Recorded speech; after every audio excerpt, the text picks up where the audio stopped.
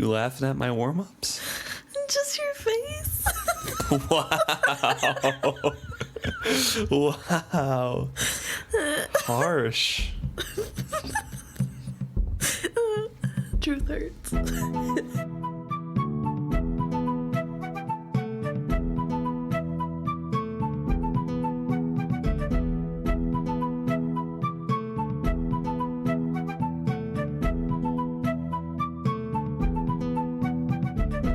Welcome back to another episode of Is Fitz Happy? I'm Luke. And I'm Emma. And tonight we're discussing Chapter 10, Fool's Errand.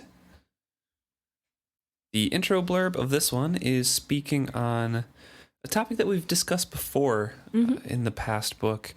Basically that how the skill was taught in coteries and how Galen messed that all up. Yeah. This is a more in-depth look, I think, than we've seen in previous chapters, just of exactly what it is that Galen did wrong, because we know that he doesn't teach the skill correctly. He does. It's just the wartime version that doesn't leave them as skilled or right. But I mean, it's not like he's not doing it the best way, and they're not walking away with real skill ability. They're just like parrots, I think Verity says at one point. But now we get to see all of the other things that are weird about his coterie and what he's done.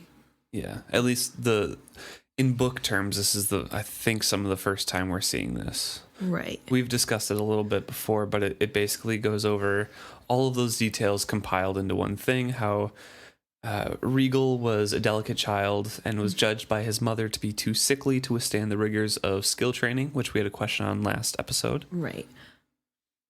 So I don't know why she would hold him out, but I had a theory about this. So we know that Queen Desire, Regal's mother, and Regal share sentiments of different being bad. And maybe. And in any capacity. Skill.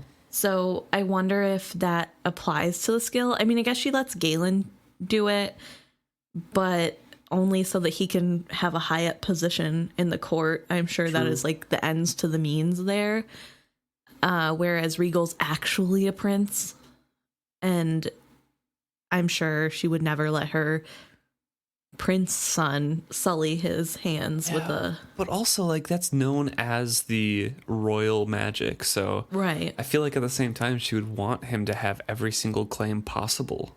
I know, but I don't know. I just have like a weird... I don't know. I guess I don't know for sure, but in my head, I've convinced myself. Yeah, he could have. It just seems odd that we never see him sick later. Right. But she could be one of those parents that, like, you know, thinks that their kid is sick all the time, or like, I don't know what that's called. It's like Munchausen or something. Yeah. I don't know. But, you know, where they like act like their kid is way worse off than they are. I don't know. So it goes on to discuss that how Galen's training wasn't quite complete when Felicity passed away, and some said that maybe he never had enough training to be Skillmaster, and maybe he never had enough strength in general to ever attain that title, which we kind of know is true, that he was weaker, on the weaker side. But there was no one to prove it on, because during peace times, skill was only taught to the royal family, and that's why no one was taught until Verity and Chivalry. Yeah. And Galen to, I guess, replace Felicity. So when he created his coterie, it was... One of the things he did wrong was it became Galen's coterie, not a coterie for the royal family that was a tight-knit group among themselves, that picked themselves, that had an affinity for one another, and that camaraderie lent them strength. This was Galen hand-picking people to be like, oh, you're in a group now, and you're all mine, instead of, you like each other, I'll train you to rely on one another, and you have a close link to the royal family. Perfect. Right. And in the past, they had one person who was the strongest, or maybe just usually the closest to the royal line, who would talk directly to the king or queen, and then everyone else worked together as a group to get that message across. And so that one strong man or woman would be the title holder of the coterie. Like, I think Crossfire's coterie is the one. Yep. Is the common example for a lot of these. Also, I just wanted to point out that they do mention here solos, which we learn more about in the Tawny Man trilogy when they get back the skill scrolls. Very rarely such a one existed independent of any coterie or training, but simply as one who had such an affinity for the monarch that strength could be tapped, usually by a physical touch. So, solo in terms of Fitz there, that was Beric for a while, and then Perseverance, I think, later. Or Just. Perseverance might be one of them, but I know Just is one of Beric's and Molly's sons. Right. That I believe is a Kingsman for dutiful. But I think Perseverance is too. I'm not sure about that one. I'm not sure. I know he's unaffected by skill. Right. But yeah, I could be wrong about that. But anyways, they detail that, Galen did all of that wrong. He handpicked people and they were his. And when he died, they didn't really have a strong link to the royal family anymore. Right. And it also points out that August was the original strongman. The key member. Yes, he was the king's man versus or the queen's man or woman. But in this time it would be a king's man. Yeah. And that August was reporting just as dutifully to Galen as he was to the king and king in waiting. And then with August gone and Galen gone, it was kind of serene. Yeah. Rose up to that. Right. Which is interesting because it doesn't make it sound as though it's something that was like unanimously chosen by the group. It was Serene took the opportunity, which good for her. Get your bag, girl. But but I mean, also it just goes to show that they're not a regular coterie group. They do not seem very close. And then the other members were Justin, Will, Carrad, and Burl. You want to say Carrad? I don't want to say Carrad because it's too close to carrot. We Carrot can. Top? We'll call him Carrot Top. Justin, Will Smith, Justin Bieber, Will Smith, Carrot Top, and Burl. Sorry, Burl. All right. So we dive into the chapter with Fitz dreaming with night eyes every night. Now that he is blocking out the skill and preventing himself from dreaming of Molly, using what techniques Verity had shown him, by night he ran as a wolf. First he thought it was a dream, and he woke clear-minded and good-tempered. But pretty soon he realized that he was sharing the dream with Wolf Cub, and he's teaching him how to hunt. Right. Well, it's not a dream. It is Wolf Cub's reality. Yeah, but I mean, it's Fitz's dream because he is sleeping at the time. It's where his consciousness goes, I guess. And this, real quick kind of tangent. This is such a weird thing to me. Like the rules of this magic, because we know at the end of last chapter, they shared a conscious for hours, and it left Fitz feeling weak and groggy and just out of it. But now he shares it for 8 hours while he sleeps, presumably 8 hours. And he wakes up feeling super refreshed. And I would think that'd be a separating of the senses, because his whole body was like into it. He was doing things when they were playing in the snow. And this is like, his body knows he's sleeping. It's not confused that there's like these different senses overlapping it. Like the brain could interpret it as a dream. Right. I don't know. I guess it just is like such a weird thing to me that we literally the chapter before have him so groggy. And then first thing this chapter is, oh, I got such a good night's sleep after sharing consciousness. I don't know. And again, he promises himself that he would not let this joining become a full bond, which we know is self-delusion because in the future he does bond Night Eyes. Right. Technically, though, right now he is not bonded with Night Eyes. Right. I think next chapter touches on it a little bit more, but in this one, like, he is not giving himself fully over to Night Eyes. He is refusing himself that complete trust and like joining, so it cannot be a full bond at the moment. And I'm wondering if that's what Burek does too, like with Vixen, what he had. Like, it was one way. Vixen was like, I give you everything. Yeah. We're bonded. And Burek's like, nope, not using the wit. Doesn't ever complete that full joining. Yeah. And so, like, he can hear Vixen in his head all the time and stuff, and it would still destroy him if she died, which happened. Right. But he just wouldn't touch any part of that. I don't know. Maybe in his sleep he runs with the dogs. Yeah. Maybe. And maybe that's why he drinks so much. Oh, yeah, to get away from it. Yeah. Odd. Especially because he's trapped in there. He I guess he's not trapped in his brain, but he has been cut off to the scale, so. Yeah. It says he refuses to consider what Burek would think of such a thing, of him sharing the dreams with Night Eyes, where he would teach him to hunt. To sooner set him free, according to Fitz. Right. Which is totally legit, definitely going to happen. But one morning, he returns from an early expedition, I think to visit the wolf, to feed him and everything, and sees two soldiers sparring, and one of them calls him over. Yes. And he recognizes the woman who called him over, and they have a little conversation about creating a new guard. Mm-hmm. So the woman he's talking to is Whistle. She has a gap between her teeth, so I assume that is where Whistle comes from.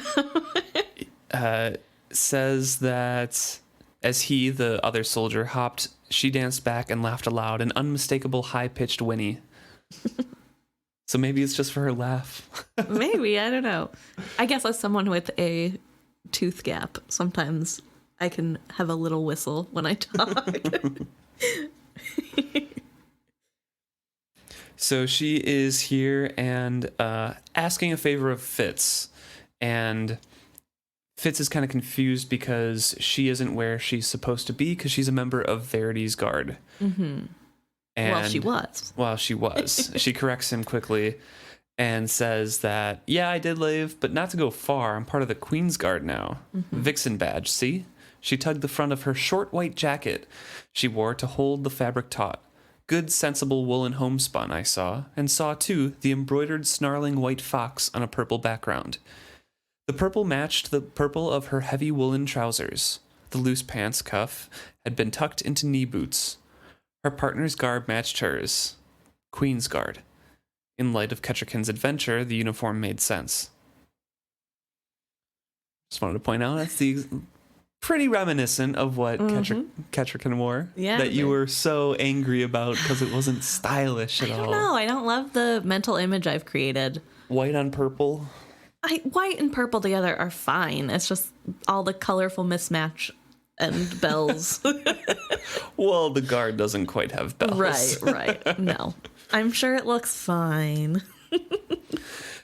Says the smile fades a bit from Whistle's face after Fitz says Verity's decided she needed a guard of her own. Very happy. Fitz was very pleased with that. Right. Yeah, like, good job, Verity. You did something right. And she's like, not exactly. But then straightened as if reporting to me. We decided she needed a Queen's Guard. Me and some of the others that rode with her the other day. We got to talking about everything later. About how she handled herself out there. And back here. And how she came here all alone. We talked about it then, that someone should get permission to form up a guard for her. But none of us really knew how to approach it. We knew it was needed, but no one else seemed to be paying much attention. But then last week at the gate, I heard you got pretty hot about how she'd gone out on foot and alone, and no one had her back. Well, you did. I was in the other room, and I heard. I bit back my protest, nodded curtly. And that's like part of the thing that you mentioned last week, that he did step above himself again. Yeah. I had forgotten this little interaction, and that was the reason why they approached him for the Queen's Guard. But he definitely played the part of a royal prince or a royal retainer or something, rather than just the lowly keep boy that wants to avoid notice. Right. No. And, you know, having been caught kind of in this weird space of Fitz overstepping his bounds in some ways, he realizes that Burek was right. I have to be careful what I'm doing at all times because other people, I don't always know who's listening, and other people are going to catch on. And I mean, here we see she straightened up like she was giving a report to him. So he's obviously gained some level of respect. Yeah. And also probably she respects him for dressing down the soldiers at the gate if she decided she needed to be part of the Queen's Guard. She's like, yeah, that's right. About time one of the royals said something. No, so she keeps going to talk with Fitz about how, you know, it's kind of a good thing that they're doing this because it's basically a bunch of old people in Verity's guard, and because it has been a time of peace up until now, nobody's really left, and they're kind of getting fat and lazy, and there's no room for promotions anymore. So really this shakes it up and brings newcomers in, which will give a little bit more oomph to both guards. Let the older people who have been there for a while train up again and hone their skills while they help the newcomers get better. Right. And it, you know, gives promotions to people who needed it. Which is true, and it's a good it's good that they're doing this. Yeah, yeah. And the favor that she wants is to explain this to Verity, because the guards kind of just did this on their own. And they're like, well, we need someone to tell Verity that the Queen needed a guard and we did it. Yeah. And Fitz is like, this walks close to disloyalty. Soldiers of Verity's own guard setting aside his colors to take on his queen's. Some might see it that way. Some might speak it that way. Her eyes met mine squarely, and the smile was gone from her face. But you know it is not. It's a needed thing. Your chivalry would have seen it, would have had a guard for her before she had even arrived here. But king-in-waiting Verity, well, this is no disloyalty to him. We've served him well because we love him, still do. This is those who've always watched his back, falling back and reforming to watch his back even better. That's all. He's got a good queen is what we think. We don't want to see him lose her. That was all. We don't think any less of our king-in-waiting, you know that. I did, but still. It's another one of those little inserted comments that, like, chivalry would have had this all ready for her. He would have seen the need for it. We love Verity, but we see the need for it and we're going to do it because we like her too. Yeah, no, definitely. Well, I mean, it's kind of an easy choice. You have a leader who isn't, to their eyes, isn't doing anything. I mean, he is skilling to protect them, but none of them understand what that means or what that takes from him. So he's sitting up in a tower all day. Well, during the winter, at least, he's visible and seen doing things. He's down at the shipwrights sheds and stuff. But in general, yes. He's not really, before this, hasn't been addressing the real problem. Right. No real statements had been made from the royal family. And then in comes this queen who says, hey, here's a problem. We're going to face it head on. I'm going to tell you what to do, and we're going to do this. I mean, especially in a time with this much turmoil, you would crave that almost. And so I don't blame his guard for saying, hey, maybe we should protect her. Right. Which they're not. I mean, I do believe that this is coming out of a loving place and that they do still care about Verity. Yeah. But one of the downsides of Kettricken's big stance is kind of showing everyone else the mirror of what chivalry could have been, right, and what Verity is currently. Which is a little sad. Fitz agrees to bring it to king-in-waiting Verity and to the queen if he approves this. And Whistle flashed her smile again. We knew you'd do it for us. Thanks, Fitz. And I thought that just that little line is really cool because reading in between the lines there, it shows their actual relationship that Fitz has with all the guards. He was raised in the kitchen, in the guards' room. He was, just around those people all the time, and he does have a good relationship with them, and that's the person that they thought best to represent their interests. That was the person they went to, like, oh, Fitz knows us. Like, he knows this isn't disloyalty. He'll hear us and, like, do this for us. Right. I just think it's really cool that not only Chade's training into talking to everybody around the keep, but Burik's upbringing brought him around, like, the actual workers in the castle. Yeah. And he can talk to them. Yeah. Yeah. And they feel they can talk to him. Yeah. Which is probably good for them, too. It feels a little bit more important. Like, oh, we have a friend in the royal family that, like, knows us and hung out with us. Uh-huh. So it's cool. He turns away from the courtyard because and a little bit disappointed, not just because this has happened and he has to bring news to Verity, but because he thought he would catch a glimpse of Molly. And he has been avoiding Molly face to face and refusing to see her face to face so as to keep her safe. But I refuse to allow myself to see Molly again, but could not resist shadowing her. He's back on that stalker. It's the worst. Stuff. I hate that he's doing this. And he goes on to talk about how whenever they're at dinner, he tries to always, like, look at her, but in a way where nobody else can tell. Like, he tries to face towards the puppet show, but he's really looking at her the whole time, which is pretty creepy. But Molly just focuses her attention on anything but Fitz, giving the impression that she's denying he even exists, which he's unhappy about. Like, bro, to her, you're doing the same thing. What are you... Oh, yeah. Young love. But just like Fitz's naivety that he's like, I can't believe she's acting like I don't exist. And then at the same time, literally avoiding her and only coming to places where she is after. It's just, poor Fitz. This is a few days past since they had the funeral pyre with the forged ones. And some other changes were around, and 2 other master boat builders, unsummoned, had volunteered their skills for creating the warships. And they had come to Queen Kettricken, specifically. Verity, of course, was delighted. And he has been in the boat sheds ever since, because it's like day and night, working all the time, trying to get, these warships created. And Queen Kettricken is still stuck in her rooms. Verity was the way all the more, and Kettricken, when I called on her, was more subdued than ever. I tempted her with books or outings to no avail.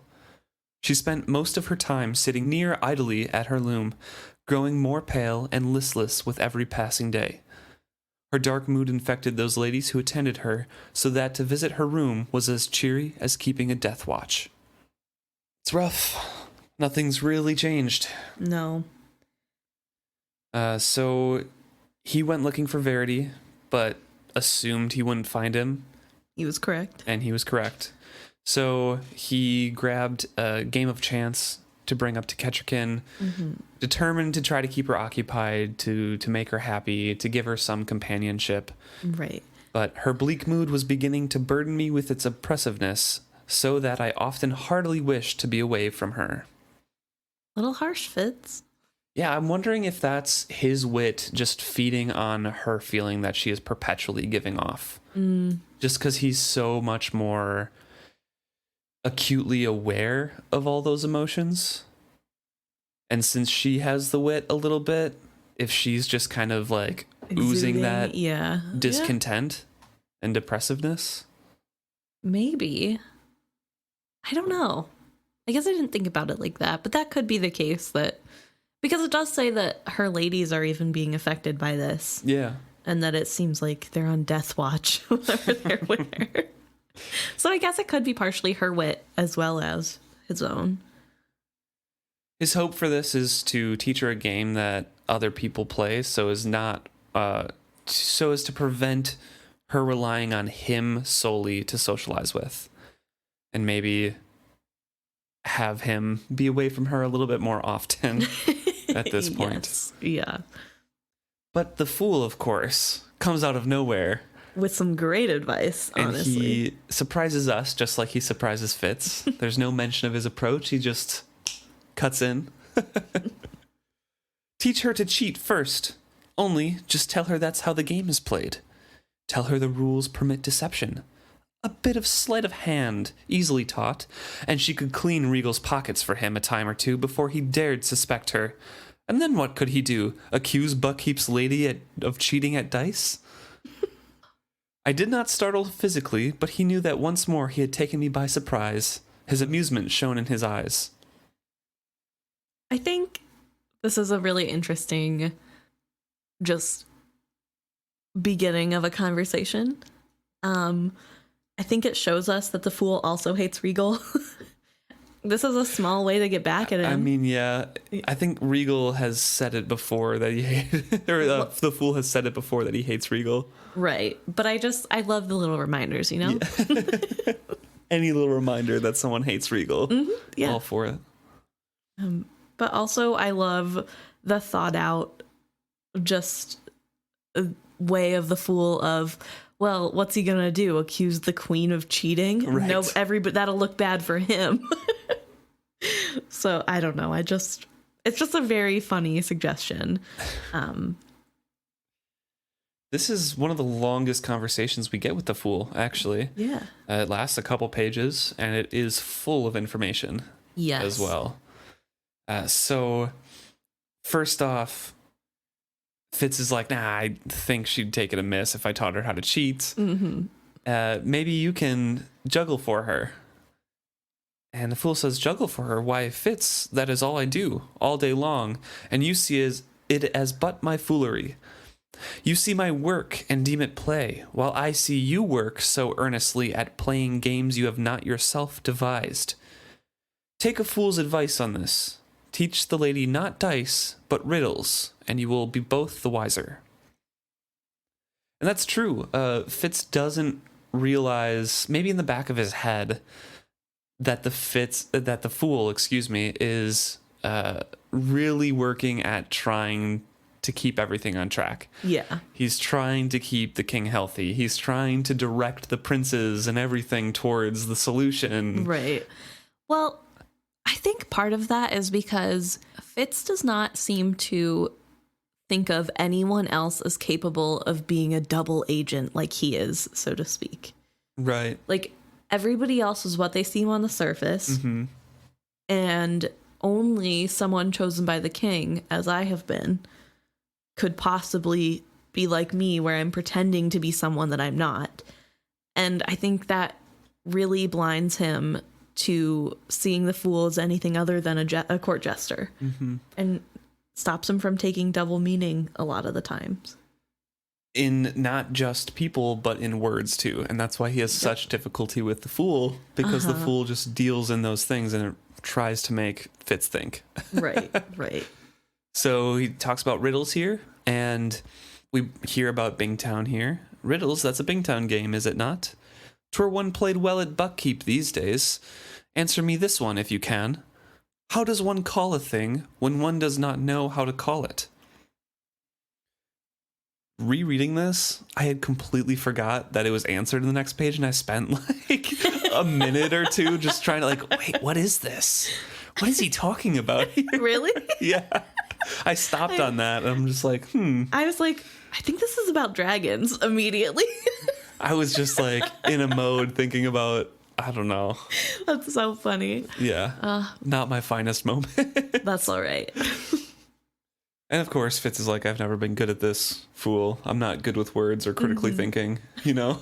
Riddles are not my strong suit. Nor any other of your bloodline from what I have heard. So answer this. What has wings in shrewd scroll, a tongue of flame in Verity's book, silver eyes in the Reltown vellums, and gold-scaled skin in your room? That's a riddle? He looked at me pityingly. No. A riddle is what I just asked you. That's an elderling. And the first riddle was, how do you summon one? I love the little dad joke here. Double meanings. He's confused again. But I talked briefly with Emma before this episode, but this whole saying of like what has wings in Shrewd Scroll, which I think is the one that he saw in Chade's room. A tongue of flame in Verity's book, which we haven't seen. Silver eyes in the Reltown vellums, and gold scaled skin in your room. Where is Reltown? And is there any other mention of it in the realm of the Elderlings? Yeah. Because I don't think so. I don't recognize it. I wonder if this was like supposed to be like Bingtown brought up later. Maybe. But like a book series about the Reltown people. Yeah. And then the name just got changed in later editions. Or if maybe this is... No, I was going to say the Mountain Kingdom, but that's Jampe. It could be one of the very far south cities or something that the Fool knows of, but I don't think there's any mention of it. It's Relltown. Yeah. One word, Reltown. I don't know. It's also not, just so you guys know, we did look on the maps that are provided by Robin Hobb, and at least of the 6 duchies. And I looked at the Bingtown maps, or the ones in the books about the Bingtown. Live Ship Traders. Well, thank you. With the Pirate Isles on it, and did not see anything named Reltown. So if you have any more information about that, please let us know. I'm very interested to see if it's brought up at any other point.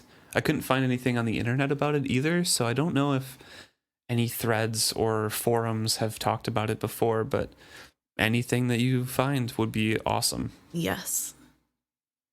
Want to know more about where their information for the Elderlings is coming from? This was another thing as well, because he answers, that's an Elderling, and the first riddle was, how do you summon one? I think I might have mistakenly said the Elderling plan came from Kettricken, who brought it to Verity, and Verity took it, which does happen, but it's first brought up by the Fool, which I forgot. Yeah. So did the Farseers, so yeah. Okay. And I think Fitz brings it to Verity, and he dismisses it, and then Kettricken brings like an actual like concrete stuff that they can use, and then Verity's like, oh, I'm gonna go. Yeah. And Kettricken's like, oh. Never mind. Okay. Glad I could help. So Fitz is, again, like we said, confused. He's like, is that a riddle or a serious question? Yes, the Fool was grave.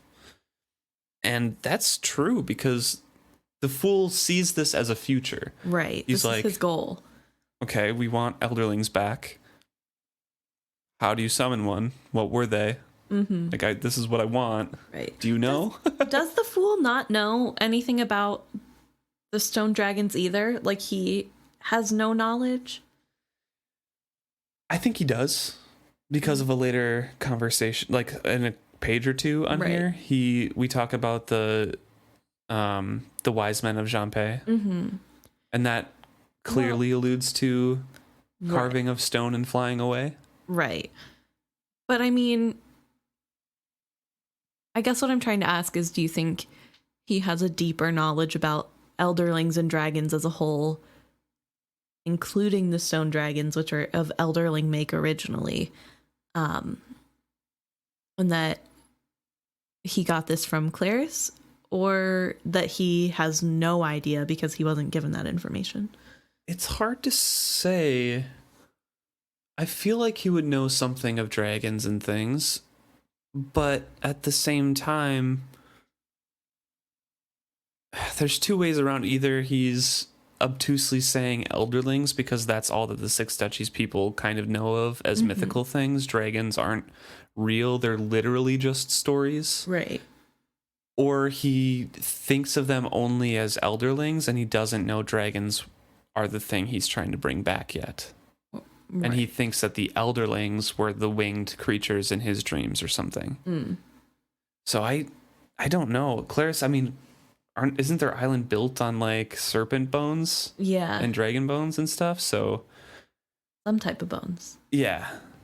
So I would think that he would know something about it. I just don't know what. Yeah. And I was wondering if, because we know that he was early in life heavily watched and not really allowed to do certain things. Right. The little information that he did get, he ended up sneaking from the libraries that he wasn't supposed to be reading. But I think The restricted section. But I think that he is basing all of his knowledge that he does have from his dreams. Yeah. Because we know that they're hard to interpret, and that even the people who are in charge of Clarice have trouble knowing exactly what each thing means. Because it's so abstract. So who knows what he actually knows and what he's just guessing about from dreams. They continue on here, and he talks to Ratsy, of course, his little scepter. You see, Ratsy, he knows no more than his uncle or his grandfather. None of them know how to summon an elderling. By the skill, I said impetuously. The fool looked at me strangely. You know this? I suspect it is so. Why? I don't know. Now that I consider it, I do not think it likely. King Wisdom made a long journey to find the Elderlings. If he could simply have skilled to them, why didn't he? Indeed, but sometimes there is truth in impetuosity. So riddle me this, boy. A king is alive, likewise a prince, and both are skilled. But where are those who trained alongside the king, or those who trained before him? How come we to this paucity of skilled ones at a time when they are so grievously needed?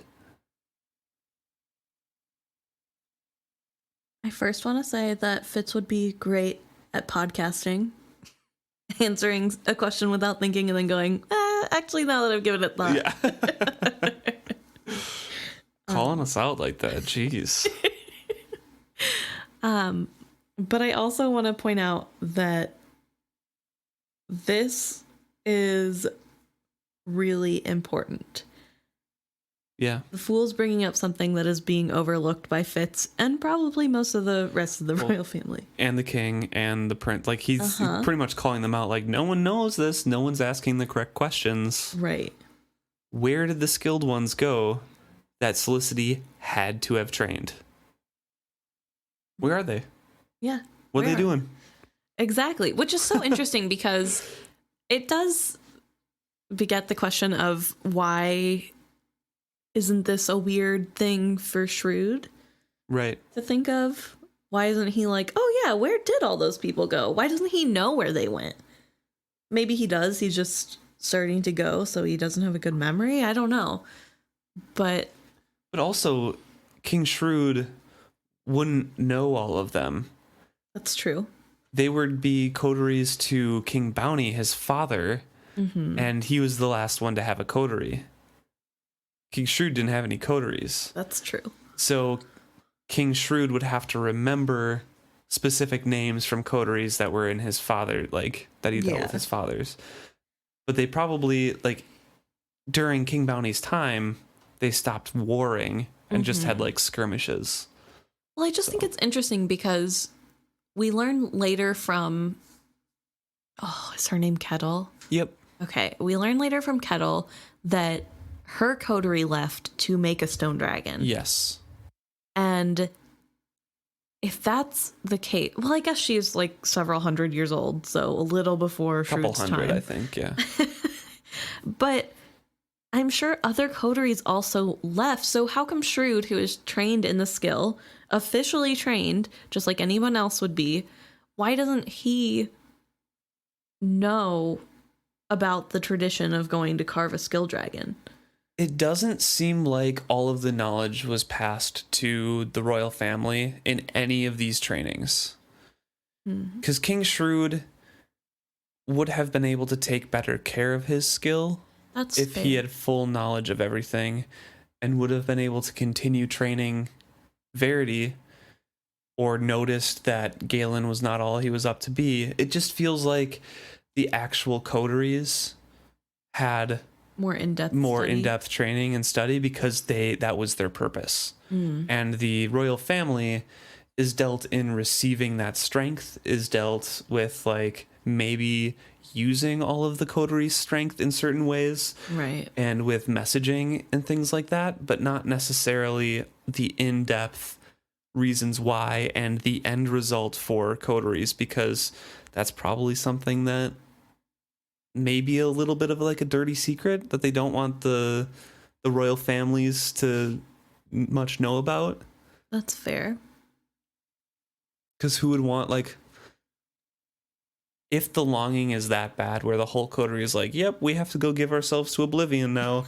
True. You don't want to put a leader in that position. Yeah, where the leader could be like, no, you're not going, I need to use you as weapons still. Right. Like, that would just... I also though wonder about why Shrewd doesn't know about healing or slowing his age. Right. You know? And maybe he was never taught how to do that. I guess I don't know if it's made clear or not if Chade is the first person to ever just do self-healing. I guess Kettle, she kept her life going for a really long time. She also, one of the reasons why she was cast out is because she made herself more and more beautiful, and then eventually took her sister's like significant other, I think. Yeah, that's right. And then she was kind of cast out because of like the huge betrayal to like their whole coterie. Right. Well, she doesn't sound like that great of a person. So. Yeah. She learned her lesson after 150 years of whatever. You know. So. It only took that long. But also, like, I don't think Shrewd was trained super well, and maybe at the discretion of his father, King Bounty. King Bounty is the one who stopped making coteries, who said no more training during peacetime. He did away with all of that. He seemed to be getting away from the skill in general, and it was just a royal family thing, and he's just like, oh, make my son good enough. And that's it. Weird. I want to know so much about why he did this. I want to know way more about everything, but... True, same. All speculation. So back to the conversation between Fitz and the Fool. Yes. So the Fool is asking, where did the skilled ones go? And Fitz is saying, well, few are trained in times of peace. Galen didn't see fit to train any up until his last year, and the coterie he created, and they kind of have a little thing there that Fitz doesn't want to say it out loud, but the Fool says, if the shoe does not fit, one cannot wear it, no matter who made it for you. And Fitz agrees that that is a correct metaphor. Mm-hmm. And he who made it is gone, sad, so sad, sadder than hot meat on the table and red wine in your glass. The first time I read this through for this reading, I was like, does he not like red wine? And then I was like, oh no, it's obvious that. And in my brain, does he not like hot meat? No, so I don't know. Yeah, I think that's a funny line. That's my little moment. But then Fool touches on pretty much what we just said. Like, yeah, Galen is gone, but he who made him, must have trained people. Felicity, but she's gone too. Yeah, but Verity's not. Shrewd's not. Mm-hmm. It seems to be that if there are two she created still breathing, there ought to be others. Where are they? King Shrewd's sister, Mary, was trained by Felicity, August's mother. She would have been trained, but she's long dead. King Bounty was the last to have a coterie, but very few folk of that generation are still alive. I halted my tongue. Verity had once told me that Felicity had trained as many in the skill as she could find the talent in. Surely there must be some of them left alive. They would be no more than a decade or so older than Verity. Dead, too many of them, if you ask me. I do know. The Fool interjected an answer to my unspoken question. I looked at him blankly. He stuck his tongue out at me, waltzed away from me a bit. He considered his scepter, chucked the rat lovingly under the chin.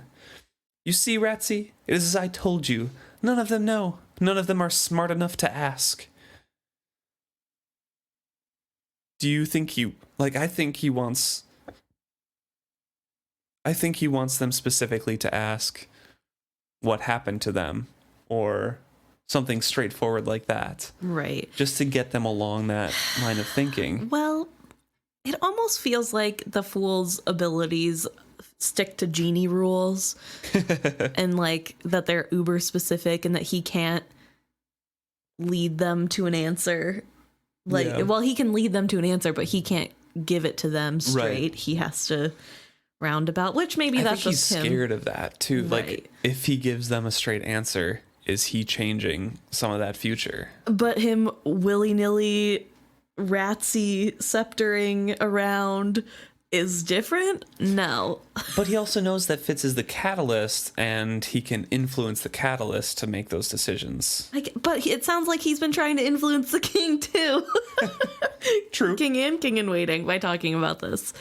So I don't know. It's just such a strange hang up of I'm going to influence enough by putting them on the right track, but not so much that I'm giving them the answer, which is like, I don't think he fully knows the answer either. Like the full answer of where they all went. that's fair. But still, you know, he could be more direct. I think it would be fine, but He seems to imply that some of them were killed. That because he says dead too many of them, if you ask me, and I do know that. So he has looked for some of these people and found them dead, which is different than he expected. Like, ooh, this begets the question of dead, like he went to their grave dead, or like their families are saying they're dead, but really they're in a dragon dead. Right. Yeah, I don't know. I know you don't know, but I don't know. Or were they being... I don't know that anybody would go after them to kill them. It could have been overdose in whatever drugs they had to take to get rid of the skill. I'm going to ask the same question back at you that you did me a couple weeks ago. What if somebody did kill them? Get rid of the skill people. They can't help during the Red Ship Wars. That's a good point. It's one of those rabbit holes. I know. It's one of those rabbit holes. Ooh. But this feels like more of an epic plot instead of just like one person. What if they were poisoned? It was like, this is a whole generation or multiple generations of skilled users. What if some of them were killed off and some of them went to dragons? I don't know. Honestly, the fool's ability kind of just sounds like anxiety. Like overthinking every single possibility that could possibly happen. Yikes. No thank you. And then living with it for like 500 years. Ooh, that's even worse when you think about it like that. Yikes. Fitz asks the fool, the first time of many, why can't you just speak plainly to me? And the fool gives him the correct answer that Fitz should take to heart. So the fool could further speak to him plainly in the future. But he also, it does say that after Fitz asks, why can't you just speak plainly? He halted suddenly as if struck. Like, it kind of hurt his feelings that Fitz can't read his mind, I guess. Right, yeah. Would it help any? He asked soberly. Would you listen to me if I came to you and did not speak in riddles? Would that make you pause and think and hang upon every word and ponder those words later in your chamber?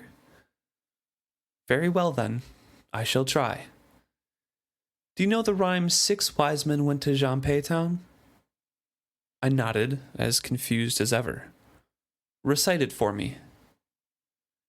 6 wise men went to Jeanpay Town, climbed a hill and never came down, turned to stone and flew away. The old nursery rhyme eluded me suddenly. I don't recall it all. It's nonsense anyway. One of those rhyming things that sticks in your head but means nothing. That, of course, is why it is enscrolled with the knowledge verses, the fool concluded. I don't know, I retorted. I suddenly felt irritated beyond endurance. Fool, you are doing it again. All you speak is riddles ever. You claim to speak plain, but your truth eludes me. Riddles, dear Fitzy Fitz, are supposed to make folk think, to find new truths in old saws. But be that as it may, your brain eludes me. How shall I reach it? Perhaps if I came to you by dark of night and sang under your window. Before I get into the song, this riddle here of Jeanpei Town, it's brought up again later by Kettle, Yes. who recites it and tells Fitz in plain words, this is what Verity is going to be doing. Yeah. It's describing coteries going up, carving stone dragons, and flying away. Right. Which, a little odd that Fitz isn't realizing that 6 is the number of people that should be in a coterie. Yeah. And They doesn't. probably changed, honestly, because they only grab people who are, cohesive, right? That's true.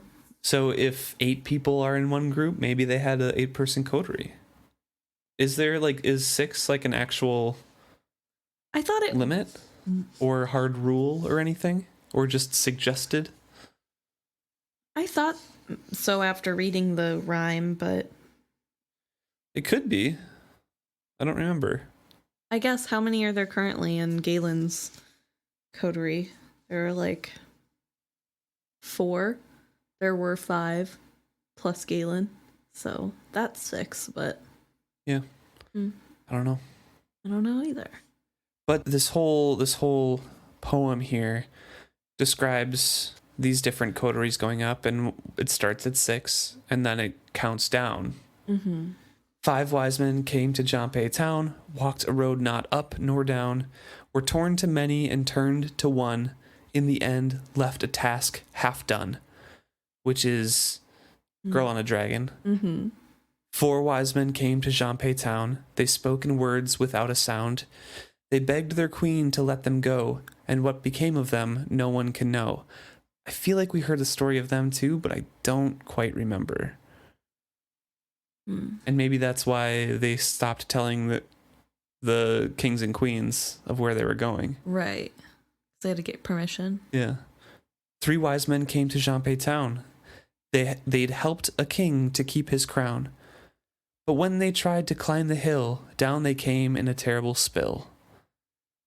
2 wise men came to Jeanpei Town. Gentle women there they found. Forgot their quest and lived in love.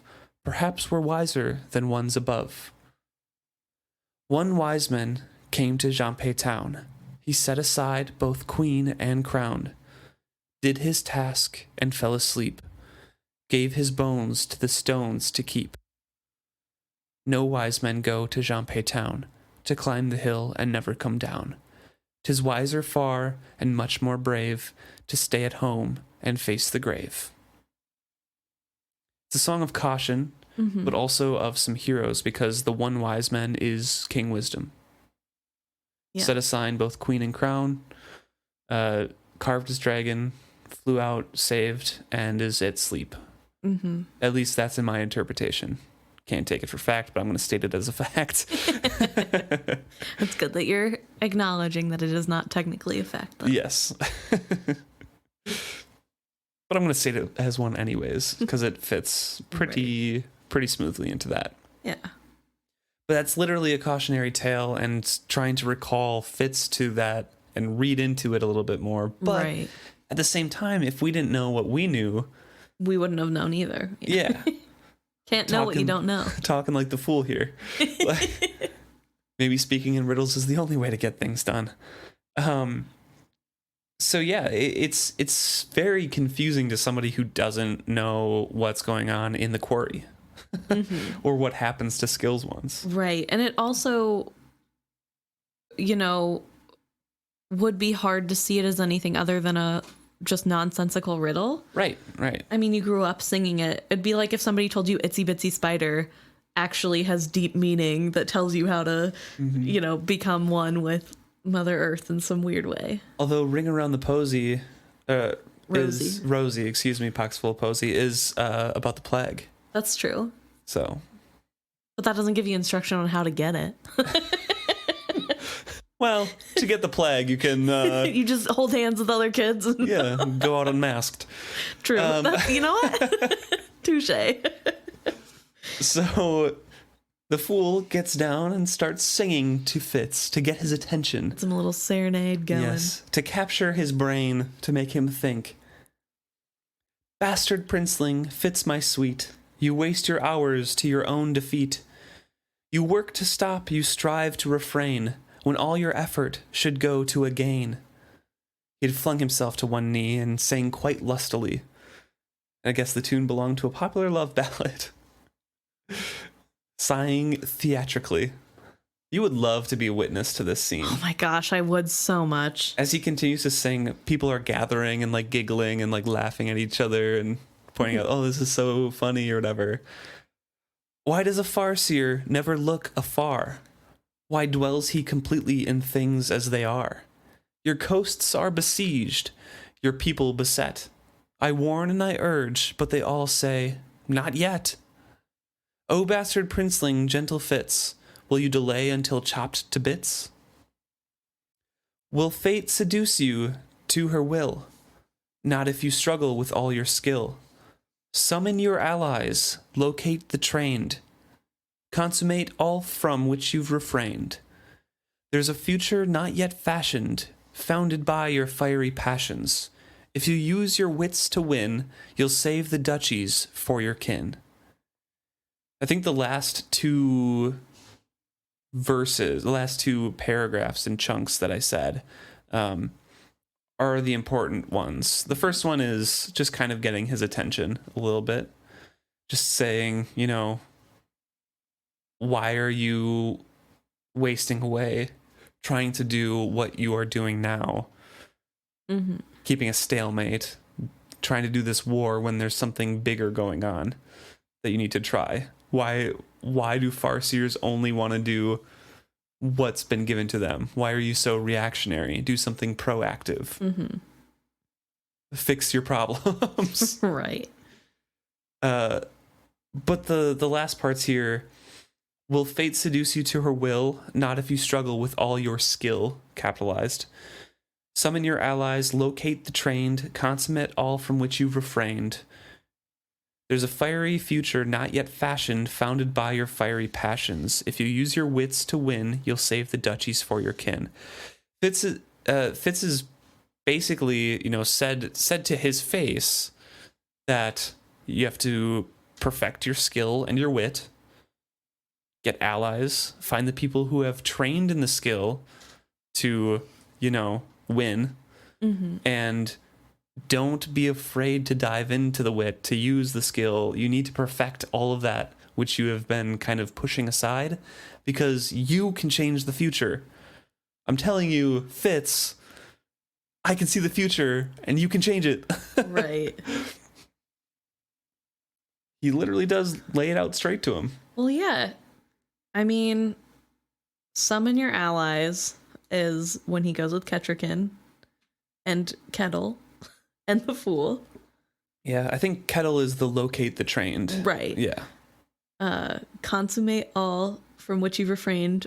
Doesn't he sleep with Harp Girl? What's her name? Starling, that's like Starling. after, but also... That happens after? I thought that happens in the barn, and he feels super guilty because he, like... Oh, yeah, maybe. Literally but just consummate lost Molly. also means perfect. Oh. Well... Both happen. All from which you've refrained. But I guess that could be talking about the wit. Okay. Yeah. Sure. But he's not wrong. The Fool is literally saying, like, hey, you gotta sleep with someone to save the future. Wink. The only time it'll ever work. Hey, Starling, I need to save the world. Sleep with me. If you don't sleep with me right now, the world will end. So obviously not what it meant. My head just needs to get out of the gutter. I mean, it could be a double meaning again. I mean, the Fool is very apt at putting those together. Right. So he's very Shakespearean. Has a dirty double meaning in every single line, you mean? Yes. But there's a future not yet fashioned, which means that technically at this point, Fitz could still mess it up. Oh, yeah. I mean, other people Yeah. too, but in general. this isn't on the right path quite yet. It does say it straight out. It's awesome foreshadowing that you really only catch when you reread it, because then you know the meanings of everything. Right. But this chapter is awesome to reread. Right. I remember enjoyed this. I remember the first time reading through this, I had to reread this section several times. I'm like, I know there's some meaning here. I'm going to get something. And of course I didn't get anything out of it. I didn't know I could tell that it has something to do with the skill and the wit. But no, definitely reading it again is like, oh my gosh, every single line comes true. Yeah, skill and wits are both capitalized. Of course, Fitz can't see the words that are written here, but for the reader, it's a little bit more laid out. Mm-hmm. But this is interesting because this means that the fool knows Fitz is witted. Mm-hmm. Yeah. Interesting. There's two last, I guess, stanzas to this. I'm not all up on my poetry. I don't know. Section. You stopped it at a weird spot because in my book, you stopped it like midway through one stanza. Oh, that's where it ends on my ebook page. Well, in my real book. Well, okay. So, if you use your wits to win, you'll save the duchies for your kin. Thus begs a fool on bended knee. Let not a darkness come to be. Let not our peoples go to dust. When life in you has placed this trust. Do you have anything to say about the last 4 lines of that I just read? Because I didn't find super, much meaning in that. That didn't make sense grammatically at all, but I didn't find much meaning in that at all. It was just basically a plea. I think the let not a darkness come to be is the future that Clarice wants. Yeah, I think so too. And then let not our peoples go to dust. Kind of alluding that they're different peoples as well. But also that, without Fitz, Clarice is going to keep on going forever. Yeah. But also, if they stay on this path, Buckkeep loses. Yeah. Almost definitely. Mm-hmm. And the interesting thing to me is when life in you has placed this trust, life is capitalized. So I feel like there has to be some sort of meaning in that. And I wonder if it's just like because he's a catalyst, life itself, not just life in general, but thinks you have what it takes to change things. Yeah. I can agree with that. I like that interpretation. But yeah, so I feel like it's just saying if we fail here, everyone dies, but life has given you this chance to change things. And pretty much all of that last part that we were talking about was whisper singing to him from the fool. Mm-hmm. So there's this gathered around crowd. They heard the fool sing to Fitz, calling him his sweet. You work to stop, you strive to refrain. All your efforts should go to a gain. Will you delay this until you're chopped to bits? All of that was singing out loud and everything to the crowd. And then he whisper sings to Fitz the important lines. Mm-hmm. And then sings again at the end, loudly and jovially. Like if you choose to let this pass, like so much farting from your ass, behold my reverence for thee, feast eyes on what men seldom see. He suddenly released my cuff to tumble away from me in a somersault that somehow reached a finish with his presentation of his bare buttocks to me. They were shockingly pale, and I could conceal neither my amazement nor affront. So he's got a nice butt. Very pale, though. Shockingly so. He gets applause from the crowd, and Fitz tries to walk away because he's very embarrassed and kind of angry and upset that his friend would do such a thing to him, even though this is like the fool's whole job is to embarrass. Right. Well, he says, he says, I know this is what the fool does, but I've never expected to be the butt of a joke. Yeah. Nice, Robin. Miss Hobb, you did well. The fool abruptly assumed a stern stance and addressed all who still grinned. Fie and shame upon you all to be so merry, to giggle and point at a boy's broken heart. Do you not know the Fitz has lost one most dear to him? Ah, he hides his grief beneath his blushes, but she has gone to her grave and left his passion unslaked. That most stubbornly chaste and virulently flatulent of maidens, dear Lady Time, has perished. Of her own stench, I doubt it not, though some say it came of eating spoiled meat. But spoiled meat, you say, has a most foul odor to warn off any from consuming it. Such we can say of Lady Time also, and so perhaps she smelled it not, or deemed it but the perfume of her fingers. He's also warning Fitz here that Lady Time has died, and it is said by poisoned meat, which Fitz kind of goes through the whole reasons here afterwards, after hearing that, that why would the fool do this to me? He embarrassed me. I'll think about those lyrics later or whatever, but I'm so mad right now, which is exactly what the fool wanted. Right. But then also, why would Chade have his persona be killed? Why would this happen? You know, what gain is this? Right.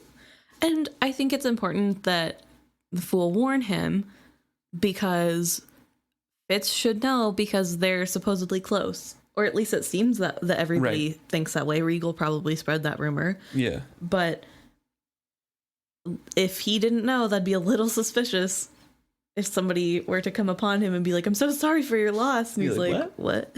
Yeah, so I think this is also just a good friend move, although not done well. I think, yeah, it's a good friend move, but I think it's also important information because it also tells him that Chade did make a conscious decision to kill off Lady Time with the rumor that Regal succeeded with his poison sausage.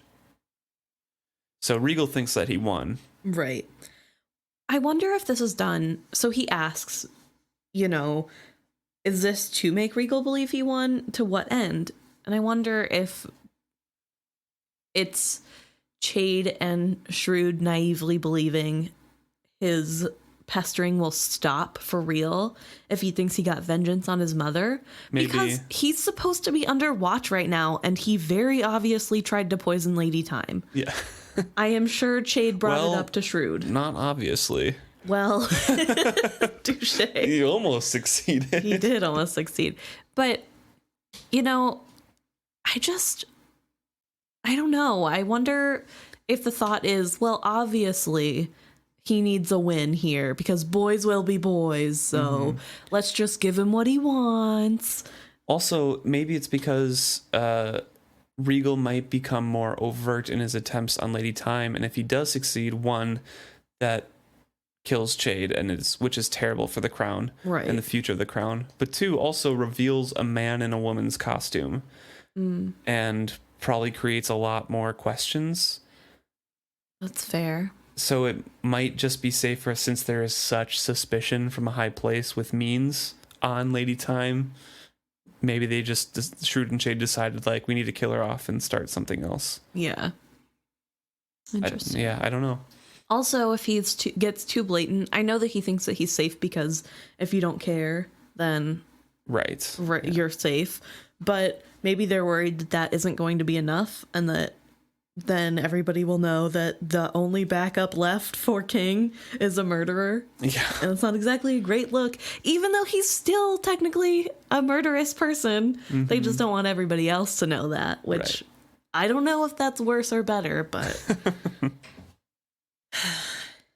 Well, all of this was on the way to Queen-in-Waiting Kettricken's room to teach her a game of chance, and he is finally making his way over there and is standing before the door, when all of a sudden behind him, Regal bursts out and runs into him and has some words for Fitz.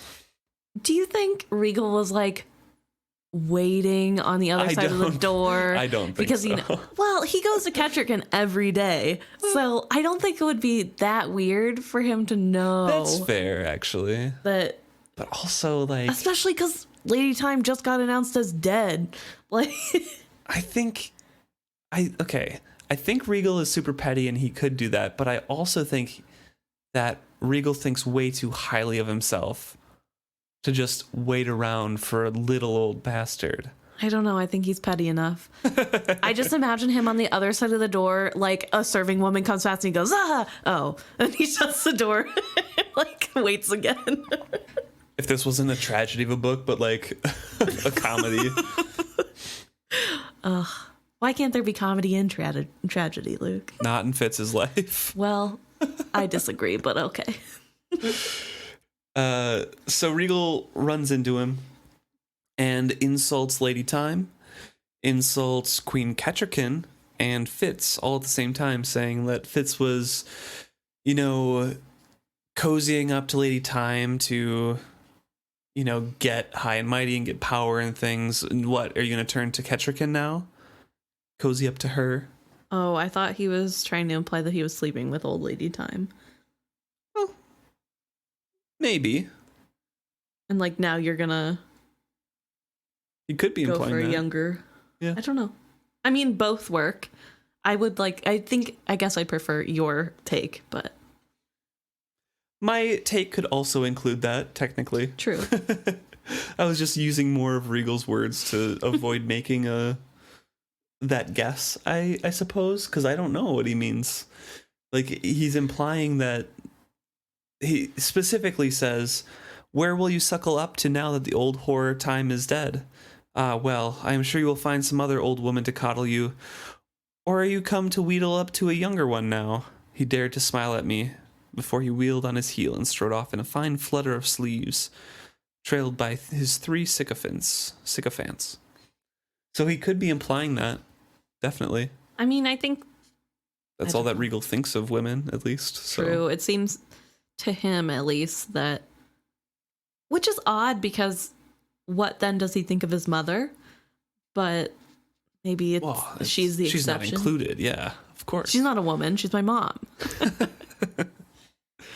The insult to the queen poisoned me into rage. It came with a suddenness such as I had never experienced. I felt my chest and throat swell with it. A terrible strength rushed through me. I know my upper lip lifted in a snarl. From afar I sensed, "What? What is it? Kill it! Kill it! Kill it!" I took a step. The next would have been a spring, and I know my teeth would have sunk into the place where throat meets shoulder.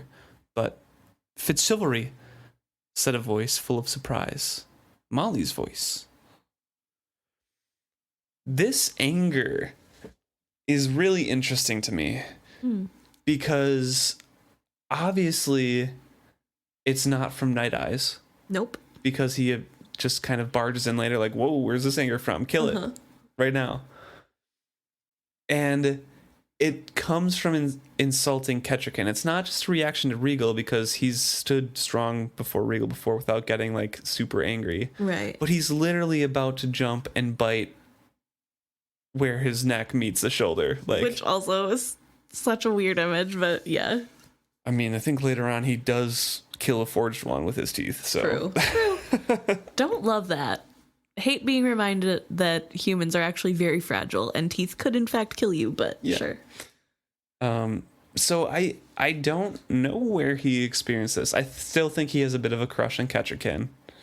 Sure. But also that would not spark something to immediately kill another person with your teeth. Well, he's kind of been getting wound up all day. I don't think this is necessarily just about Kettricken. That's true. I think it's one thing after another building. He starts with, you know, going to the wolfhound or wolf cub that he feels guilty for taking care of, and then runs into a soldier that's supposed to be Verity's soldier that now wants him to go ask Verity for permission to not be his soldier anymore. And then from there runs into the fool who embarrasses him in front of everyone. And then, you know, just... Also, Molly's been ignoring him, and he's been thinking about that. And yes. So I'm sure it's not just because of who he was insulting. Also, he's like thinking about what the heck is Chade doing with letting Lady Time die. But, you know, I wonder if this is part of...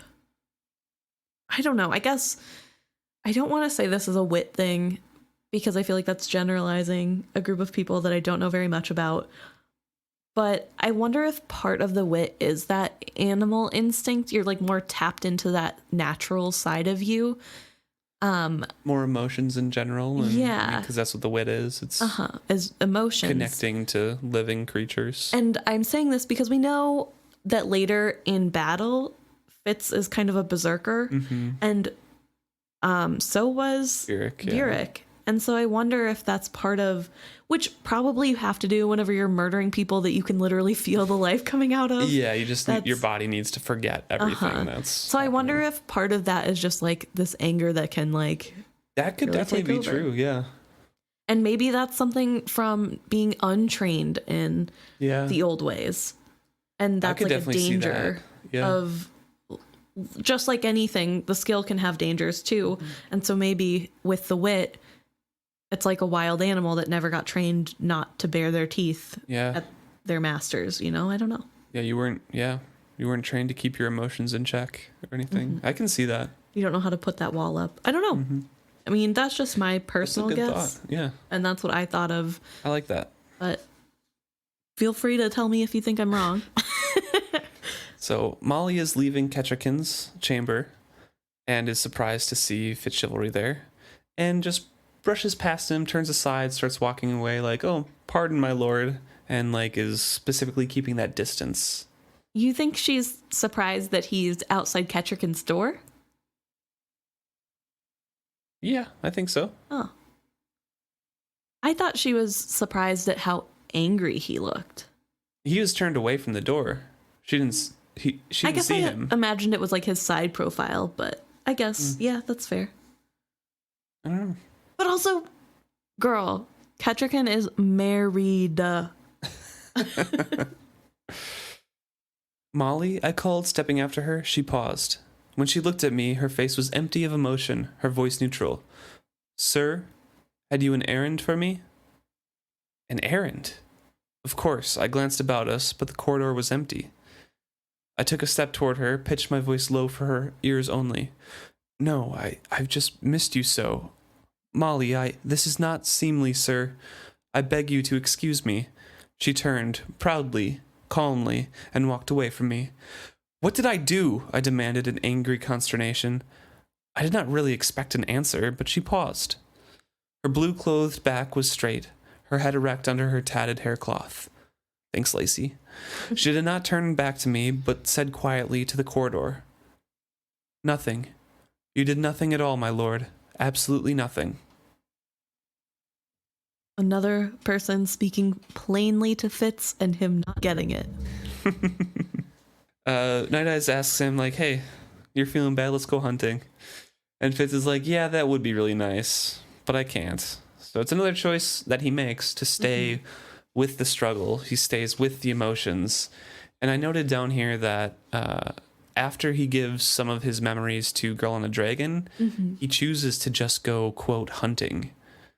And just like lives in the moment. He lives for a year in the mountains there. He quests up and down with Night Eyes. Like he forgets how to live, how that struggle feels. He doesn't want to do that anymore. Right. Yeah, that's interesting. That piece of humanity was given away and then he was able to become a wolf. But for right now, he's in it. He has feelings for Molly. He wants to stay there. He wants to help Kettricken. He wants to help Verity. He wants all of these things and all of these human emotions, but gives them away at the end of the trilogy, and then he's just kind of there. And luckily, Hap turned out okay. Yeah, poor Hap. No wonder he is a little butt whenever they get to town later. He's just a teenage boy. I know, but it was so frustrating to read. He's a better kid than that. He's just naive. Yeah. So Fitz composes himself and knocks at Kettricken's door and was opened by little Rosemary. And Kettricken is holding a fat green candle there, so he realizes why Molly was in there. And Kettricken is changed. She is not depressed. She doesn't have a very sad and death watch environment around her. It's just relaxed and peaceful. Her quarters are very austere. like Verity complained that it was like a military encampment, basically. And that is calming to Fitz at the moment. Right. It's just her and Rosemary in the chamber. Yeah. And it's just them kind of relaxing with the little alcove in the corner. There was no clutter at all.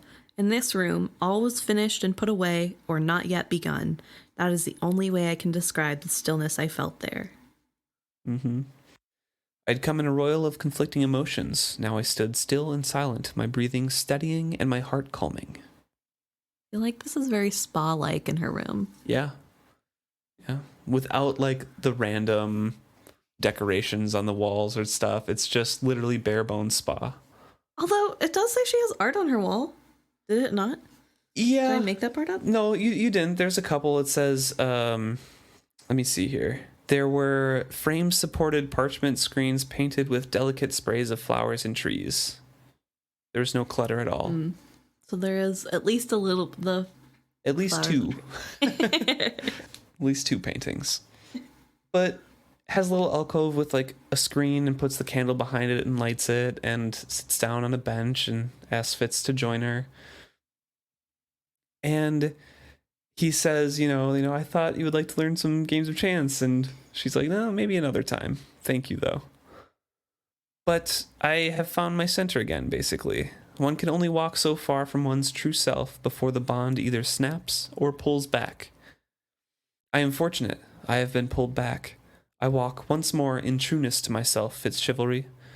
And that is what you sense today. I don't understand. She smiled. You don't need to. And rereading all these chapters, because the next couple lines mention little Rosemary again. Mm-hmm. Rereading all these chapters, it just brings to mind how many times Rosemary is mentioned in all of these Kettricken chapters. It's just like, wow. She's literally always there. Yeah. Kettricken's just sitting there quiet with a bemused smile on her face, and she's waiting, and Fitz is waiting, and after a moment or two, he's like, what are we doing? So just rocking on his chair like, all right. So what next? And she's like, nothing. We're doing nothing, Fitz. And he short circuits like a computer that was not programmed to run that. He's like, I'm sorry, what is nothing? She gives a metaphor where things happen to a tree, but, you know, through it all, the tree remains the same. It's still a tree. It still continues to exist. And Fitz is like, I don't really understand. I guess so. Sure, I understand. And she's just kind of meditating. Yeah. She's just here thinking about her existence and being fine with who she is and meditating on the world. What do you think brought this about? I'm not really sure, honestly, because she's still lonely and she's still sad, but it could be just that crisis of self that she's kind of saying. I don't know any specific incident Right. that would have brought this out in her. I wonder if it was a little bit of Molly. And I mean, there's nothing to back this up, so this is literally just in my mind. But we know that Molly brings her candles, and she's one of the few people that gets a candle. Yeah. And this is a relatively new thing. And that the candles are part of what helped her bring her back to her center. Yeah, because it reminds her of home, because she can capture scents. And so I wonder if Molly noticed that she was sad, because Molly seems to be one of those people who, whether she knows you well or not, if she sees you have a problem without thinking, would probably just suggest a way to fix the problem. Yeah. And so I could see her giving the relaxing candle and say, these candles are good for meditating, or something to that effect that encourages her to try to meditate, and maybe that helped get her back. Maybe. Because meditation is good for depression. Yeah. And some people it helps, so I don't know. I feel like this is something that we hear happens in the Mountain Kingdom as well, this True. kind of meditation, which lends credence to the fact that they have a strong wit bloodline going through them, a lot of old blood. Yeah. Because they try again. They try, well, she does, and Fitz tries to meditate. She quested, not as I did, toward a specific beast or to read what might be close by. I discarded the word I had always given to my sensing. Kettricken did not seek after anything with her wit. It was as she said, simply a being. But it was being a part of the whole. She composed herself and considered all the ways the great web touched her, and was content. It was a delicate and tenuous thing, and I marveled at it.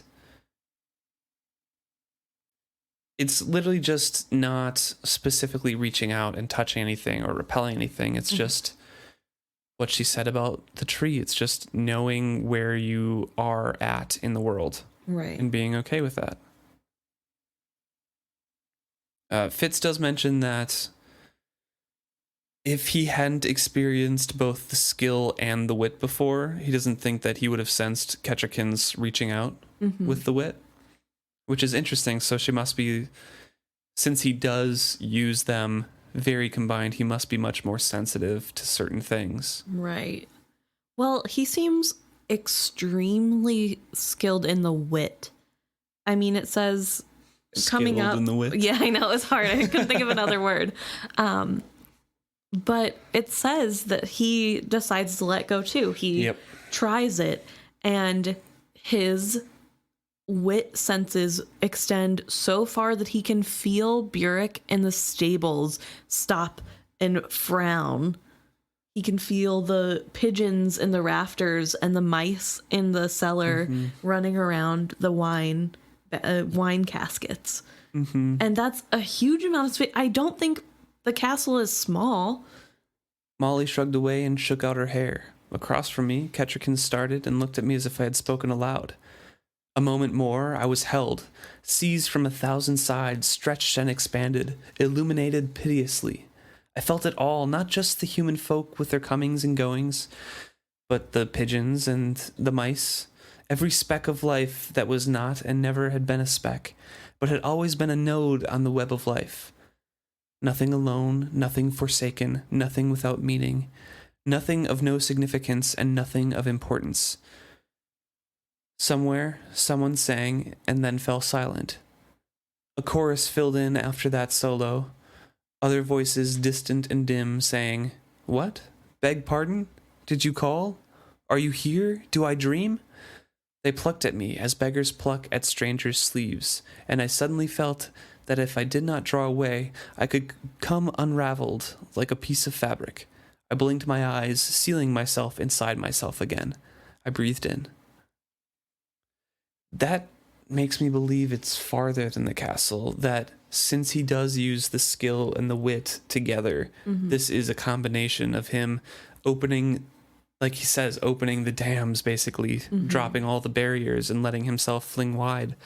It's the wit touching on every living creature, but the skill sending it as far out as he could possibly ever imagine sending it out. And he's touching all of these different nodes on the web of life, and he's saying it's being illuminated from all around him.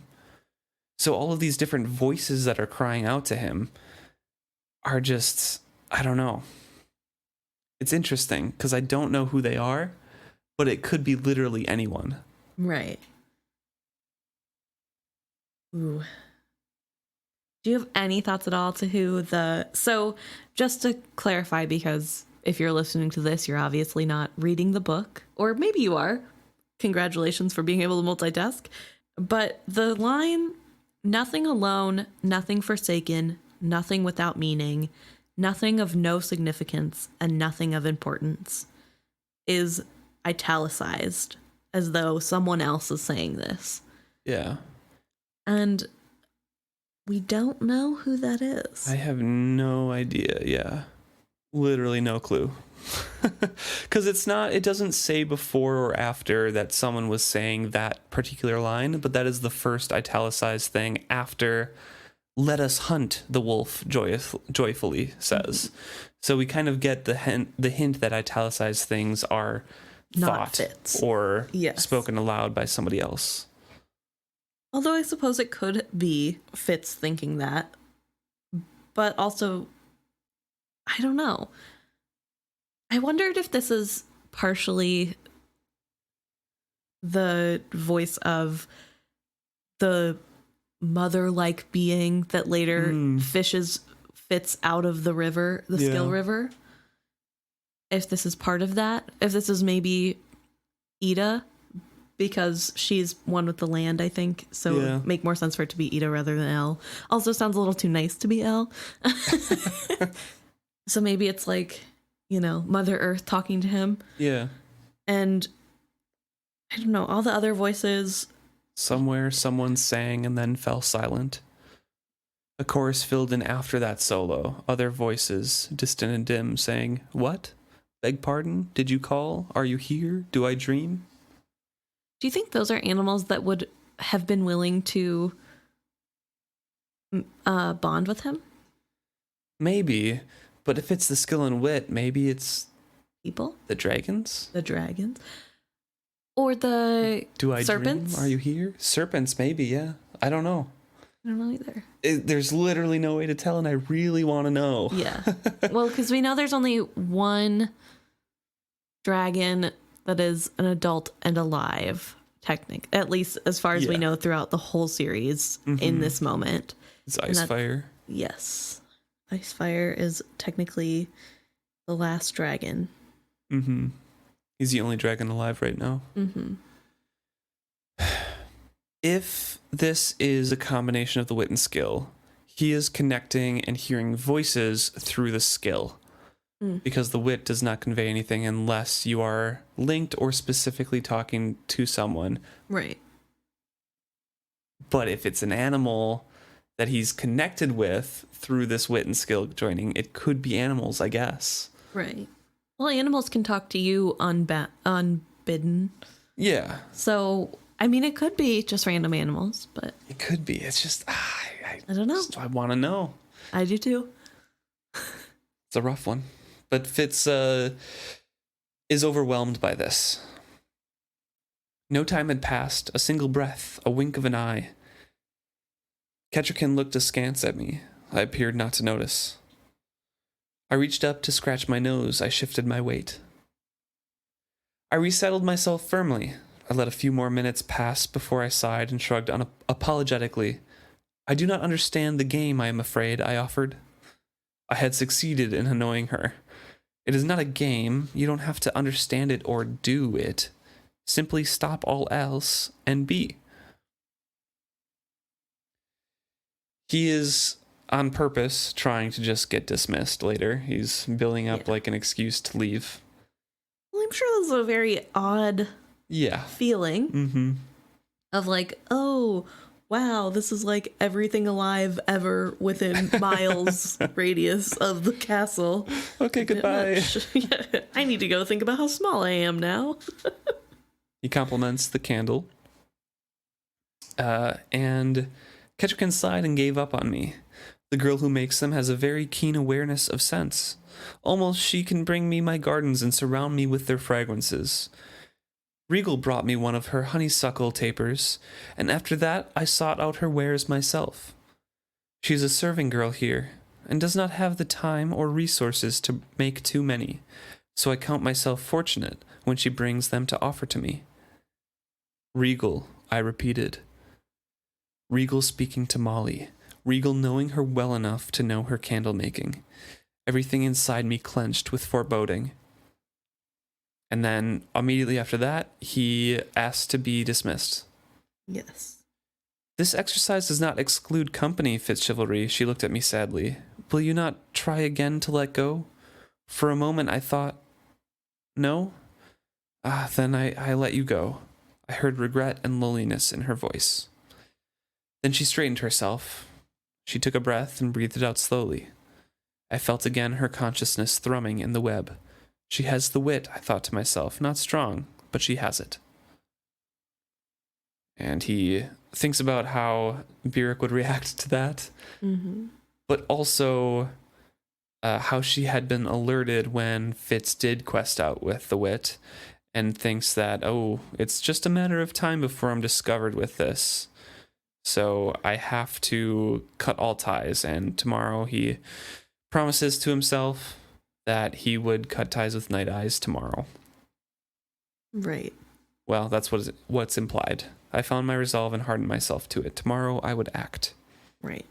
Well, he doesn't want Kettricken to start complaining of dreaming of running with the wolves. Yeah. And if she can sense it and Burek can sense it, yeah. And then they're going to accuse it, which obviously if you can sense it, you also have the wit. So what good would it do to point him out? Right. But he's not thinking of that. He's thinking of, I'm in danger and I need to end whatever this is with Night Eyes. I'm trying to remember conversations of Fitz and Molly in the future, and it is eluding me. There's specific conversations, but I think they talk about Regal at one point, and I don't remember specifically what Molly says about Regal, but is that the reason that she's so distant, or one of the reasons she's so distant right now? Or is it just because she's jealous of Kettricken, or is it because she realizes that Fitz has like a direct line to Queen Kettricken all the time, and she's like, oh, our stations are too far apart, what am I doing? I don't know. I also am vaguely remembering that they talk about Regal. I feel as though Regal made some joke about Fitz having a bunch of lovers or something. Yeah, something like that. He definitely made a comment about Fitz to her, but I don't think he's trying to like court her in any way. I don't think, because he wouldn't, even to get back at Fitz, he would not stoop so low. No, yeah. He probably mentions like Celerity and Old Lady Time and Kettricken or whatever. And I don't know, maybe other people, maybe just in general to be a jerk, he knows who she is, and or maybe he just talks bad about his nephew all the time for no reason. It doesn't matter who you are. That is scary though. Like to find out like, hey, I have to protect everyone from Regal, who is potentially going to try to poison him to attack me. And then you realize he has a personal knowledge of like the person that you wanted to protect the most. Well, also you think about how the night that Lady Time has been poisoned and murdered, as far as everyone is aware. Yep. They were talking about how he couldn't tell anyone that it was Regal, and he goes straight to Molly and says, hey, I can't tell you any details, but somebody tried to poison me. So he knows Regal would kill her in an instant, but she doesn't know. And that would be even more scary, is that she doesn't know how close she is. And you can't live your life afraid that every single person that you run into is a murderer. Right. But like, when Fitz knows which ones the murderers are, it's like, maybe you should have given her a little bit better of a heads up, bud. I don't know. That's not in Fitz's MO. Come on. No, that's true. Not what he does. Leaves people in the dark. Surprises them later. It's like a really crappy surprise party. Well, thanks so much for tuning in this week. Yeah. Hope you enjoyed this episode. And please let us know if you have any information on Reltown or anything like that. Or if you just want to discuss our theories that we came up with, or if you have some of your correct own us. Or if you have some of your own that we missed, please let us know. isfitzhappy@gmail.com, or any of the social medias at isfitzhappy. If you can't find us, we are not on that one. Facebook, Instagram, Twitter, and Reddit. We look forward to discussing next week with you.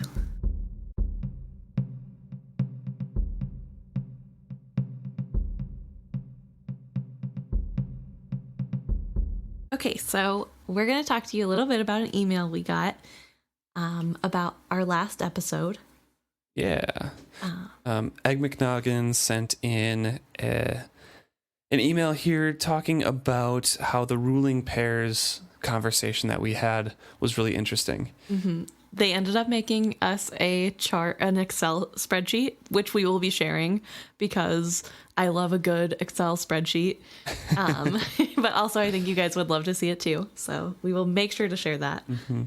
Speaking in general about this, it's how usually the good ruling pairs have one extroverted people person that have a broad charismatic feel, and one person who is more charismatic in one-on-one and more influential in one-on-one conversations than the other person in their pair.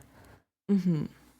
So, for example, like Chivalry was a very excellent people person to a broad group. He was very charismatic. He presented the right things. He had that broad charismatic personality and really motivated people and could lead a big group.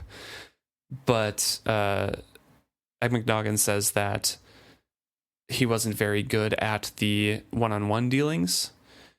Quote, nobody really liked being around him that much besides Beric and Patience. His close-range charisma was not nearly as effective as Verity's, which I was kind of wary on, but Emma brought up a point when we were discussing this earlier. Mm-hmm.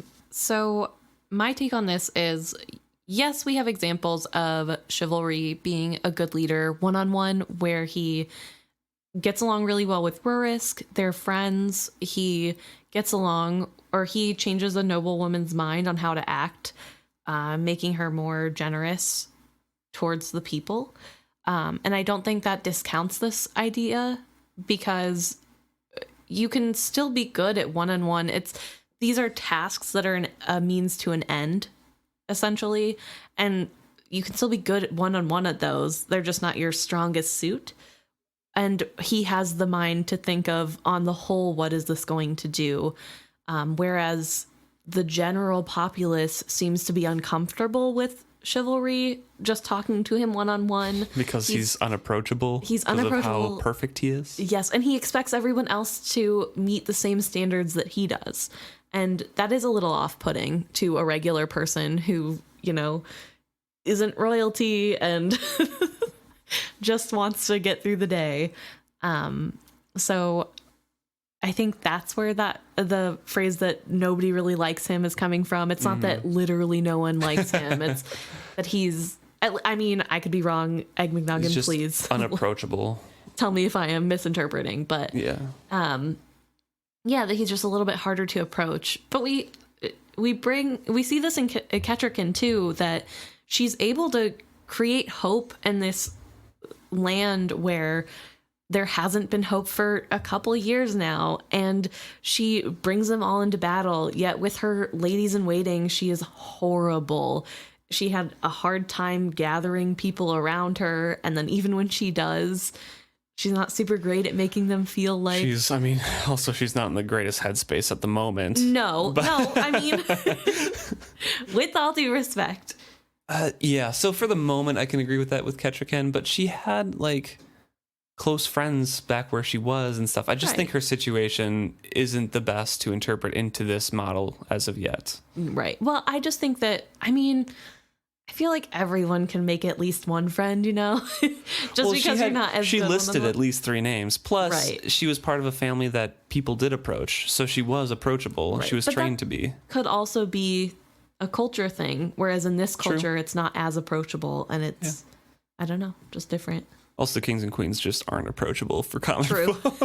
Also that. But also says that we've been too hard on Verity for not being a great leader, which is true. Okay, I've said it before and I'll say it again. I love Verity. Mm-hmm. Verity is one of my favorite characters in this. He has a lot of shortcomings when it comes to being a king during this time period. Right. I think he'd be great without his father around. Without the red ships as well. Well, especially without the red ships. But I think if he didn't have his dad yucking his yum every time he had an idea, right, it would be a lot easier for him to be a good king.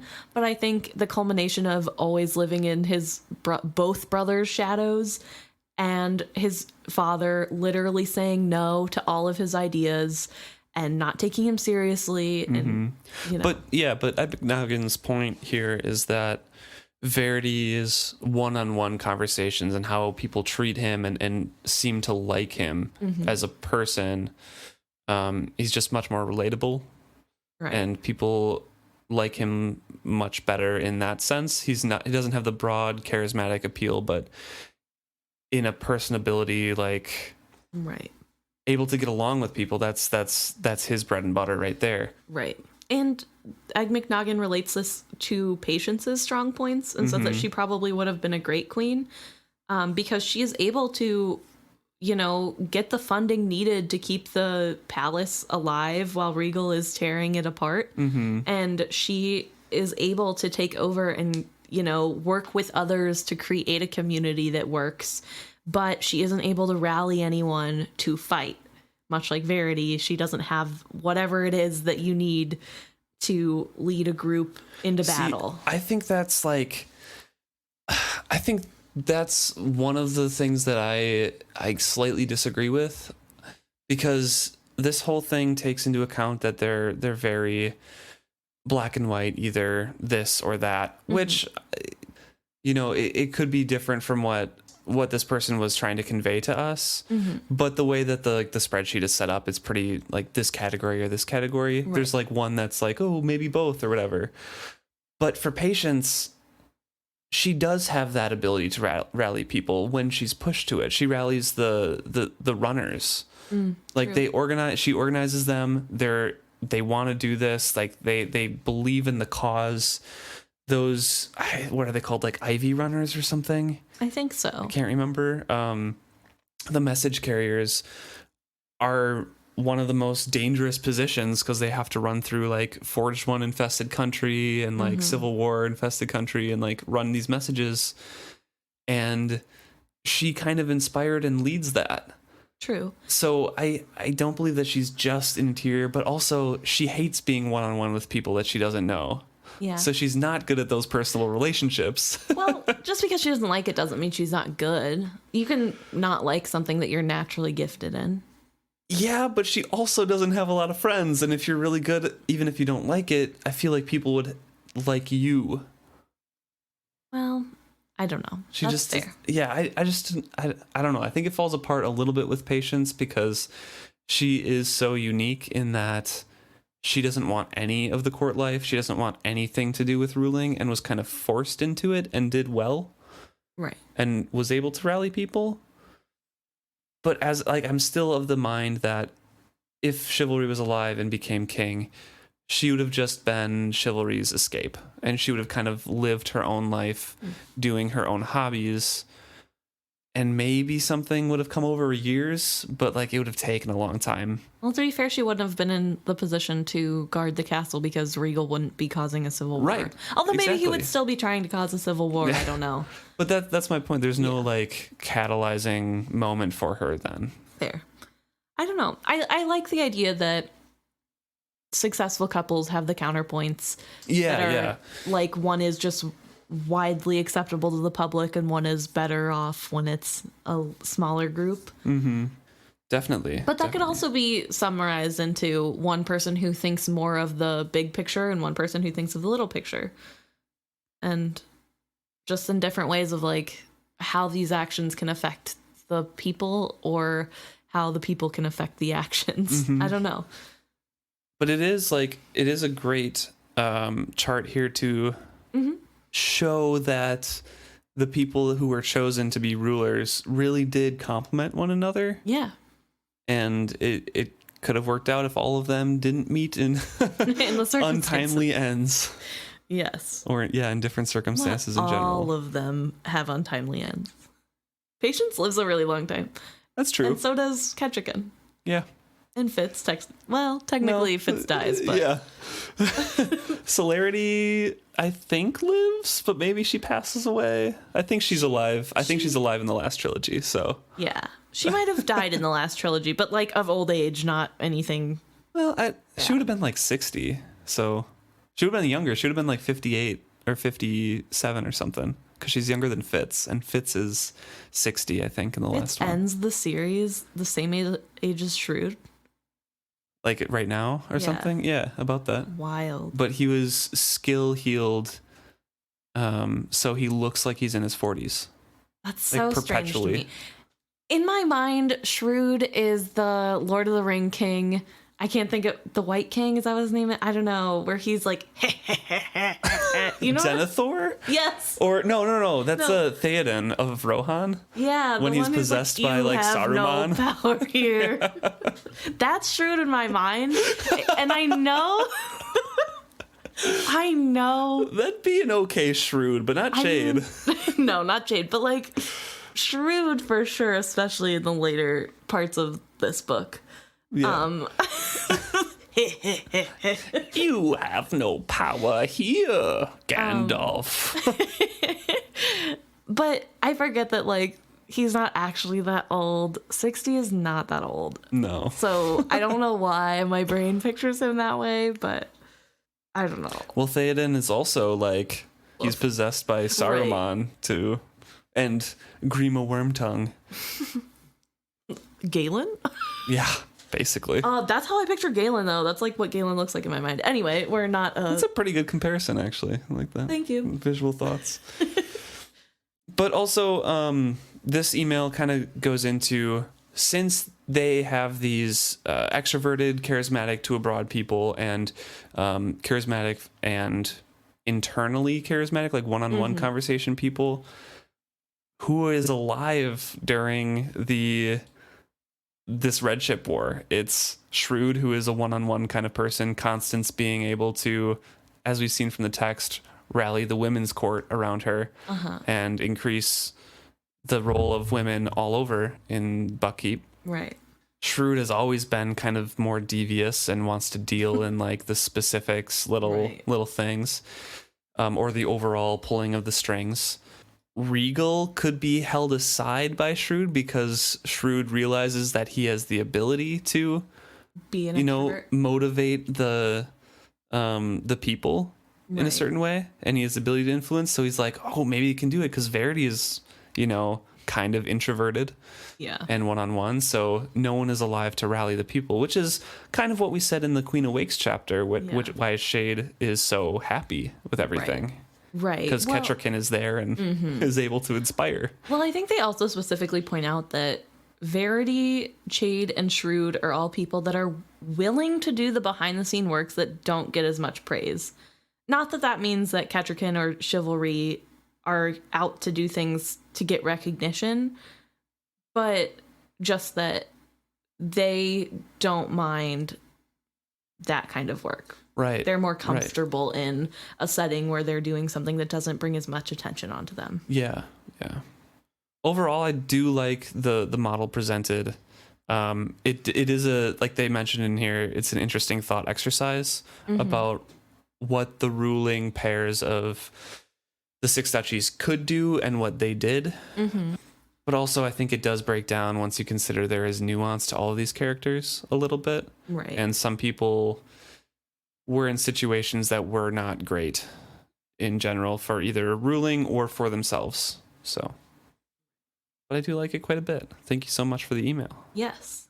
I always love theories.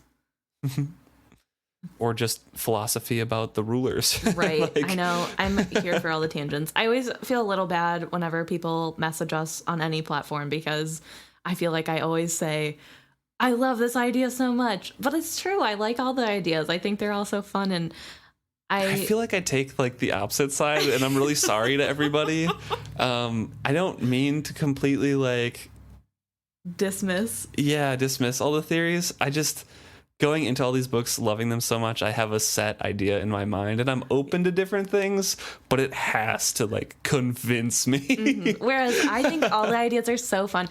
I think I told this to somebody who messaged us that I'm more of someone who is willing to fit what I know around people's new ideas because I find them so interesting just to, what is there that supports your idea? I love this. Let me look into it. Whereas I think Luke has set ideas that you have to fit into his... I'm old and curmudgeonly, and you can't budge me in what I think. And I'm young and spry, willing to go with the flow. No, but we both do enjoy hearing all the ideas. I love reading all the new theories and things like that. But whether I take them into my own headcanon or not is another story. So. Oh, I love all of them, and they all live in my heart. And I think all of you guys are so smart and fun. Yeah, it's amazing reading everything. So keep sending them in. Thank you so much. And see you next week.